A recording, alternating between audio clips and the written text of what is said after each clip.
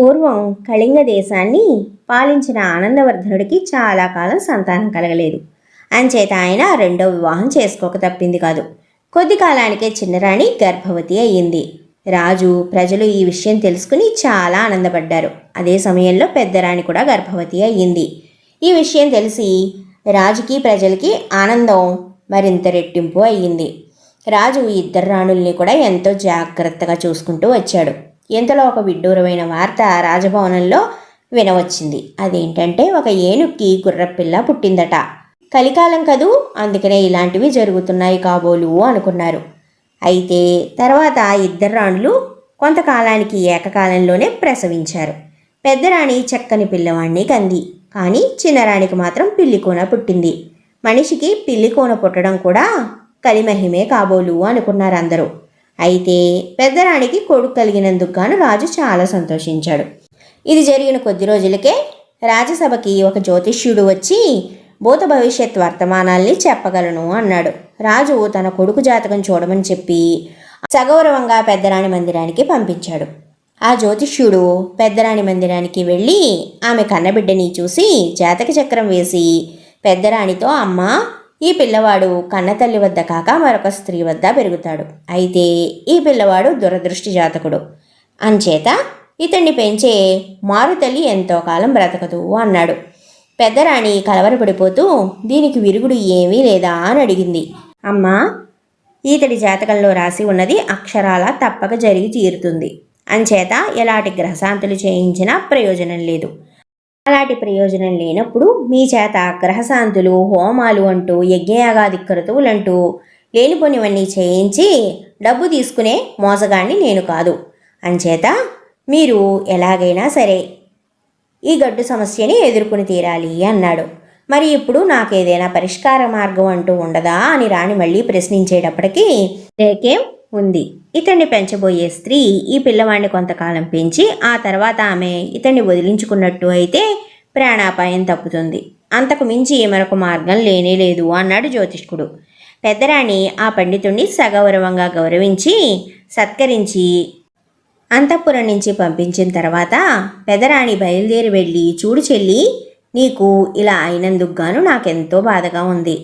అయినా వీడు మన ఇద్దరికీ బిడ్డడే కదా, నువ్వే వీడిని పెంచు, దిగులు పడాల్సిందేముంది అని ఎంతో ప్రేమగా పలికేసరికి చిన్నరాణి ఆవేశంతో, నాకంతా తెలుసులే, ఈ దురదృష్టి జాతకుణ్ణి పెంచి నేను నా ప్రాణం మీదకి తెచ్చుకోనా అంది. పెద్దరాణి ఇప్పుడు పెద్ద చిక్కులోనే పడ్డట్టు అయ్యింది. తాను చేసిన ద్రోహం తనకే తిరిగి వచ్చినట్టు అయ్యింది. ఇక అసలు విషయం దాచి ప్రయోజనం లేదని తప్పనిసరి అయ్యి ఆమె ఇలా చెప్పింది. చెల్లి, నన్ను నువ్వు క్షమించాలి. ఈ బిడ్డ నీకు పుట్టిన బిడ్డే. నాకు బిడ్డలు లేరని రాజుగారు నిన్ను పెళ్ళాడారు. నువ్వు గర్భవతివని విని చాలా అసూయపడ్డాను. నువ్వు రాజమాతవి అయితే నా గతి ఏం కాను. అందుకని నేను ఒక పథకం ఆలోచించి నేను కూడా గర్భవతినని పుకారు లేవదీసి ముందు ముందు నేను చేయదలుచుకున్న మోసం గురించి ఎవరికి అనుమానం కలగకుండా ఏనుగు గుర్రం పిల్లని కన్నట్టు ఒక వదంతిని దివాణంలో ప్రచారం చేయించాను. దానిని అందరూ నమ్మారు కూడా.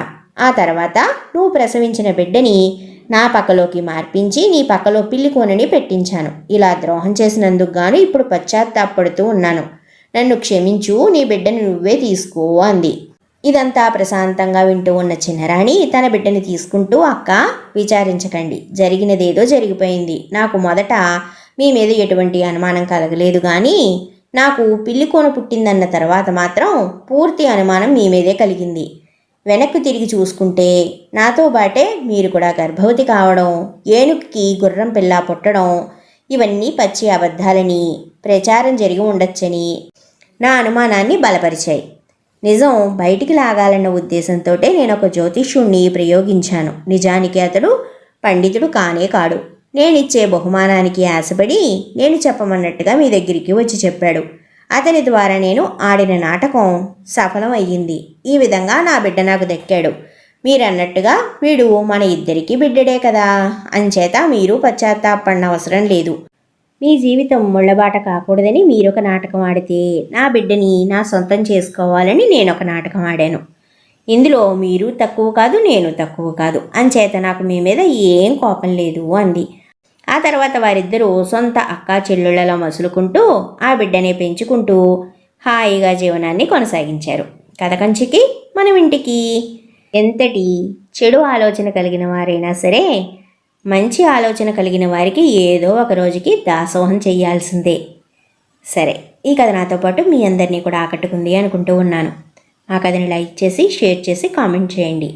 మీరు కనుక ఇదే మొదటిసారిగా మా ఉమా చందమామ కథల ఛానల్ చూస్తూ ఉన్నట్లయితే మా ఛానల్ సబ్స్క్రైబ్ చేసుకుని పక్కనే ఉన్న బెల్ ఐకాన్ యాక్టివేట్ చేసుకోండి. మనం తిరిగి మరొక మంచి చందమామ కథతో మళ్ళీ కలుసుకుందాం.